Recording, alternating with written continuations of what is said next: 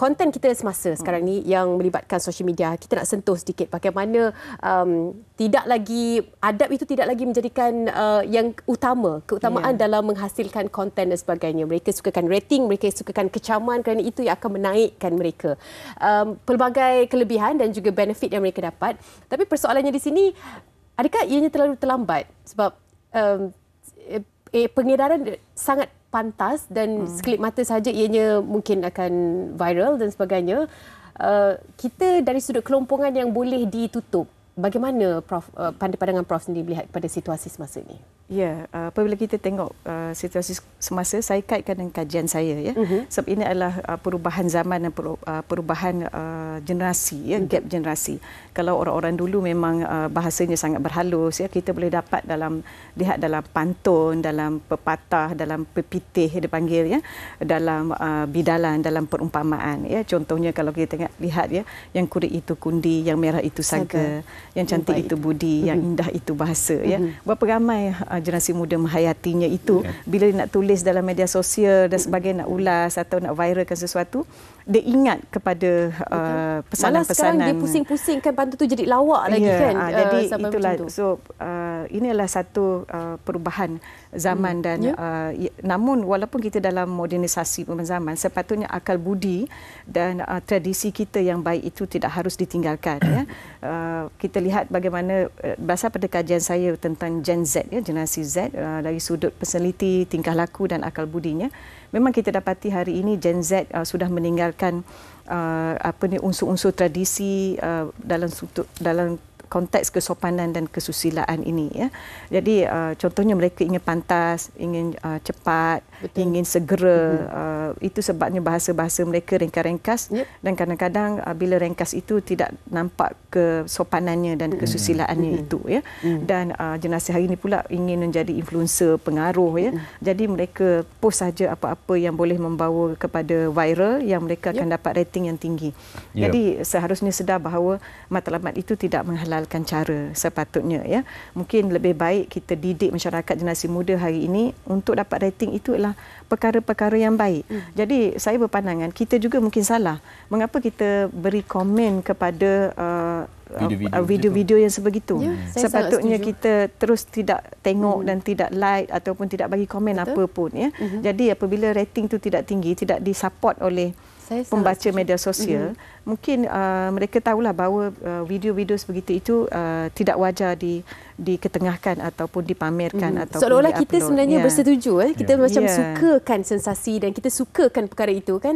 Nampak macam kita kecam, tapi sebenarnya kita dahagakan konten-konten sebegitu sebagai netizen. Itu kita cerita pasal adab, Prof. Tapi kalau kita adab tu dia macam kita letak tinggi, tapi awal-awal sekecil-kecil patutnya ada simpati ataupun empati di dalam video kita. Ada yang tak ada rasional sewaktu majlis pengemumian. Contohnya ada yang rekod, yang rakam video, ambil gambar, dan baru-baru ni ada video yang viral di mana ada mayat di tragedi seperti banjir yang tersebar di sosial media.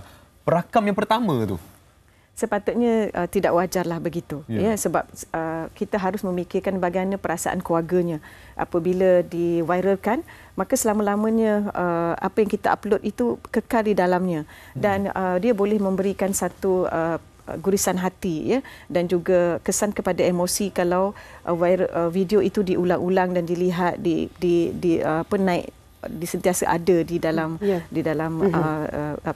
video tersebut, ya, ada dalam media sosial. Jadi seharusnya difikirkan bahawa soal tindakan itu seharusnya difikirkan dulu sebelum diupload. Tetapi hari ini seperti saya cakap tadilah, generasi hari ini dia suka kepantasan, cepat, tanpa berfikir.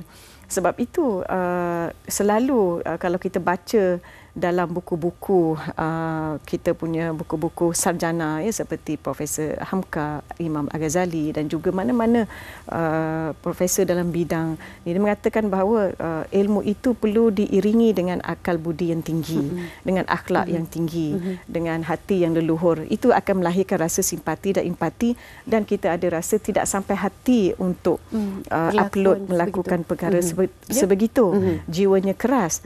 Hari ini itu sudah tidak ada. Betul. Dan faktornya mungkin daripada didikan awal. Ya, saya tetap kembali kepada didikan awal daripada dalam keluarga.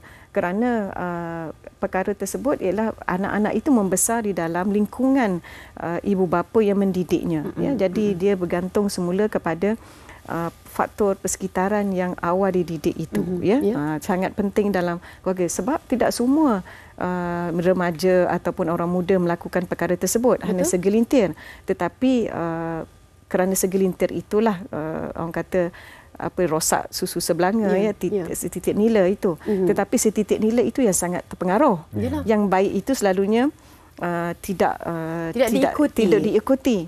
Jadi penting kepada didikan awal, peringkat awal di rumah itu oleh ibu bapa. Pendidikan awal ataupun mungkin ibu bapa sebagai role model kita. Ataupun betul. Sekarang ini kalau kita melihat pada pentas yang lebih besar, pemimpin kita sebagai role model lah. Mereka yang sepatutnya menunjukkan kata-kata yang baik, keluarkan kata-kata yang baik kan. Kita tak nak sentuhkan saling berkait langsung, tapi apa yang kita tengokkan beberapa hari di Parlimen pun sudah menunjukkan perkataan-perkataan kesat masih lagi dikeluarkan, jeritan-jeritan masih lagi disebut dan sebagainya, sampai netizen mengatakan itu bukannya Parlimen tapi itu sarkas. Yang dibahaskan sekarang ini, kalau mereka pun sebegitu, kenapa kita nak berkelakuan baik? Apa yang mungkin perbezaannya mereka dengan kita kalau kita jadikan pemimpin sebagai role model? Mungkin Prof ada komen tersendirilah melihat kepada pandangan yang perlu kita ada. Itu saya bersetuju mengatakan bahawa kita sebenarnya miskin role model. Ataupun saya sebut ikon akal budi. Maknanya sopan santun tadi. Sekarang ini kita nak role modelkan siapa? Kita lihat macam seperti Ani sebut tadi, golongan pemimpin dia ada kelakuannya tersendiri yang dilihat pada hari ini. Kalau zaman dulu dalam parlimen tidak dirakam. Betul. Jadi secara langsung. Jadi di mana role model yang kita nak nampak? Begitu juga dalam kempen-kempen pilihan raya. Pelbagai perkataan-perkataan yang tidak wajar dikeluarkan oleh ketika kempen. Dan juga role modelnya di mana? Di guru. Di sekolah kemungkinan ada, kemungkinan tidak. Sebab ada juga isu-isu kadang-kadang guru apabila marah yang tidak dikawal, mengeluarkan kata-kata yang tidak bagus, yang pelajar bawa balik ke rumah. Dan ini ada pengalaman saya sendiri. Dia dapat perkataan-perkataan yang kita tak pernah sebut di rumah. Dan mereka kata kadang-kadang ada juga keluar daripada rakan-rakan, dan juga kadang-kadang guru dah marah sangat, terkeluar perkataan yang tidak baik disebut. Contoh yang ditengok. Jadi tidak ada orang kata faktor bi'ah itu persekitaran. Dan ibu bapa juga mungkin dalam rumah kalau tidak kawal marah mungkin keluar perkataan-perkataan yang kasar ataupun ada juga merendah-rendahkan anak. Jadi itulah yang membentuk pembesaran mereka. Jadi inilah yang saya kata kita sebenarnya kekurangan role model. Betul kita sebut role model itu Rasulullah sebagai role model terbaik. Tetapi generasi hari ini dia tidak dapat menghayatinya. Satu, mereka kurang membaca, kurang mendengar program-program yang boleh membentuk pribadi dan personaliti mereka. Mereka lebih melihat perkara-perkara yang tentang hidup dunia yang ialah gadget-gadget terkini. Jadi memang mereka tidak dapat ilmu untuk membentuk kesopanan dan kesusilaan seperti mana yang termaktub dalam rukun negara tadi. Jadi kurang daripada itulah maka pelaksanaan itu tidak sampai kepada generasi masa kini. Betul. Tetapi kita masih belum terlambat apa-apa pun. Kita masih lagi boleh mendidik generasi kita dan kita boleh wujudkan role model ikon-ikon akal budi tadi.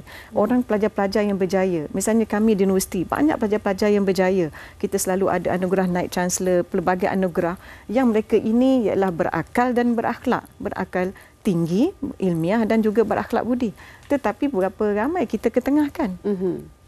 Tak dapat berita pun Jadi saya menyeru termasuklah maknanya broadcasting kita kan. Betul, yang terlibatlah kita memanggil mereka, lihat, jadikan, angkat ikon-ikon yang belajar, yang pelajar-pelajar berjaya ini supaya menjadi contoh kepada kepada generasi hari ini. Bukannya kita mengangkat perkara-perkara negatif. Sebab itu dalam surah Al-Hujurat ayat 11 ada mengatakan bahawa perkara yang buruk itu perlu disembunyikan, jangan diluarkan kerana ia aib. Tetapi perkara yang baik itu yang sepatutnya diketengahkan untuk jadi contoh kepada masyarakat masa kini. Maknanya kita kena pilih role model yang betul untuk kita jadikan contoh, untuk kita bina kembali jati diri anak-anak muda ni supaya lebih beradab di masa hadapan. Jadi, wow, satu penutup yang sangat-sangat bagus daripada Profesor Datuk Dr. Fariza Ahmad Syam, pensyarah Universiti Pusat Dakwah dan Kepimpinan UKM, di atas tajuk kita hari ini, adakah masih ada adab dan kita masih menghayati ke tidak rukun negara kita yang kelima, kesopanan dan kesusilaan. Ya, mungkin kita boleh lakukan reformasi diri sendiri dengan memperbetulkan niat anda sebelum kita nak bicara tentang reformasi Malaysia ke arah negara lebih baik. Apa gunanya negara maju jika manusia ataupun masyarakat yang berada di dalamnya tidak ada budi dan juga akhlak.